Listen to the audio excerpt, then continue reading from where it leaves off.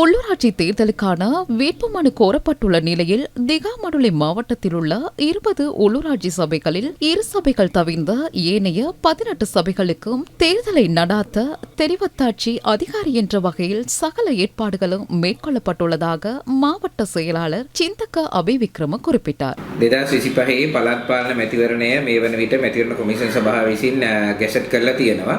2025 ஆண்டு உள்ளூராட்சி மன்ற தேர்தல் தொடர்பில் தேர்தல்கள் ஆணைக்குழுவினால் வர்த்தமானி வெளியிடப்பட்டுள்ளது. திகாமடுல்ல தொகுதியில் உள்ளூராட்சி மன்ற தேர்தலுக்கான சகல ஏற்பாடுகளையும் நாம் முன்னெடுத்துள்ளோம். திகாமடுல்ல மாவட்டத்தில் 18 உள்ளூராட்சி மன்றங்களுக்கான தேர்தலை நடத்த சகல நடவடிக்கைகளும் முன்னெடுக்கப்பட்டுள்ளன. விசேடமாக தெய்யத்த கண்டிய மற்றும் கல்முனை உள்ளூராட்சி மன்றங்களுக்கான தேர்தல் நடைபெறாது.